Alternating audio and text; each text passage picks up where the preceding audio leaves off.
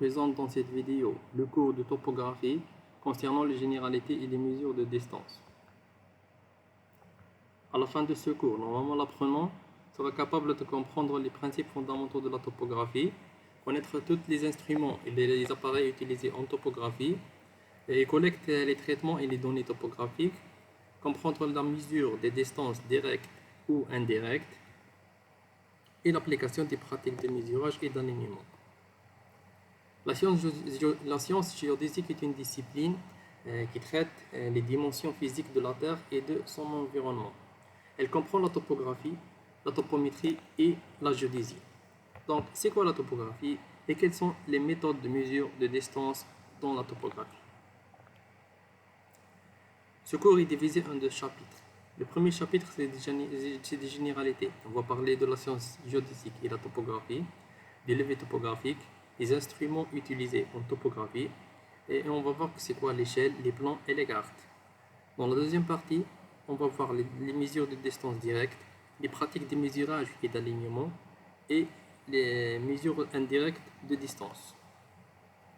Donc la topographie, c'est un mot composé de deux mots grecs. Topo signifie lieu et graphie signifie décrire et dessiner. La topométrie, c'est la partie mathématique de la topographie. La géodésie, elle localise avec précision les emplacements géodésiques comme cadre pour les levées topographiques. Donc c'est quoi les levées topographiques? C'est les résultats de l'étude topographique qui prennent l'établissement de plans utilisés par la suite par les différents ingénieurs collaborant sur chantier. Comme l'architecte, il utilise les levées topographiques pour réaliser son plan de masse. Ainsi que les ingénieurs VRDistes, ils utilisent les levées topographiques pour utiliser leur plan de VRD. Les ingénieurs civils, ils utilisent les levées topographiques pour réaliser leur suivi et contrôle de travaux, la réception des travaux et les plans de génie civil. Les différents appareils de mesure dans la topographie, on a le trépied, c'est l'instrument qui prend tous les instruments et les appareils de topographie. On a l'amir gradué, c'est une règle de 4 ou 5 mètres graduée. Le jalon, et le trépied de jalon, il est utilisé pour définir un point ou réaliser l'alignement d'une ligne.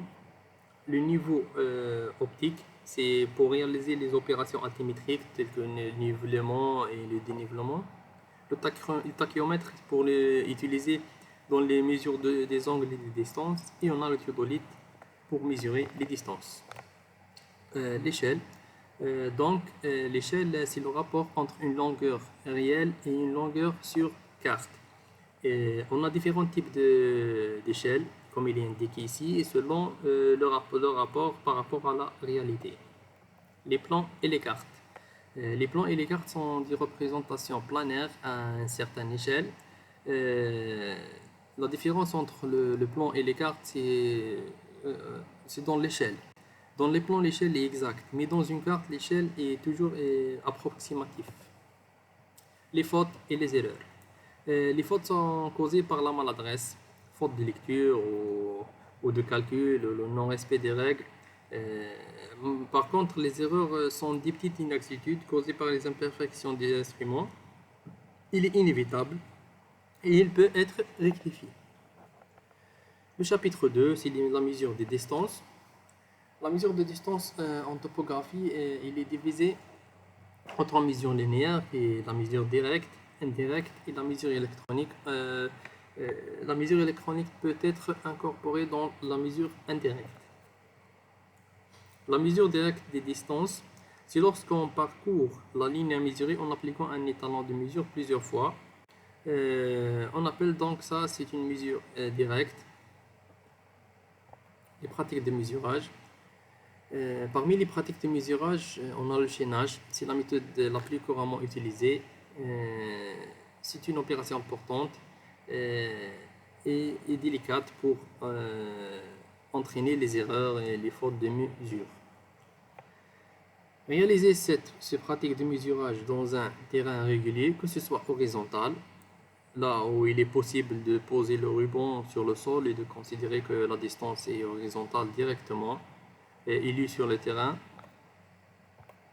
et on a sur un terrain en pente régulier Donc il est nécessaire de prendre en compte la mesure de la distance en suivant la pente si le terrain n'est pas complètement horizontal. Il faut prendre en compte la dénivelle delta H, comme il est indiqué sur la photo, et entre les deux points A et B. Par contre, sur un terrain irrégulier, dans le cas où le ruban ne peut pas être tendu sur le sol en raison des ondulations, on utilise la mesure par isseaux horizontaux, connue sous le nom de cultillation. Et comme il est indiqué sur la photo, il consiste à diviser le travail en sections. Mesure en mode suspendu aussi, en utilisant un fil fabriqué à partir d'un matériau stable et utiliser les poids à l'extrémité. Les méthodes d'alignement et précision, on va entamer tout d'abord le matériel d'alignement. On a la lunette, le niveau laser, l'équerre optique et les jalons. Mesure indirecte de distance. Une mesure de distance est indirecte si elle est déterminée sans qu'il soit nécessaire de la courir avec un étalon. Il est divisé en mesures parallaléctiques, mesures stadimétriques et mesures électroniques.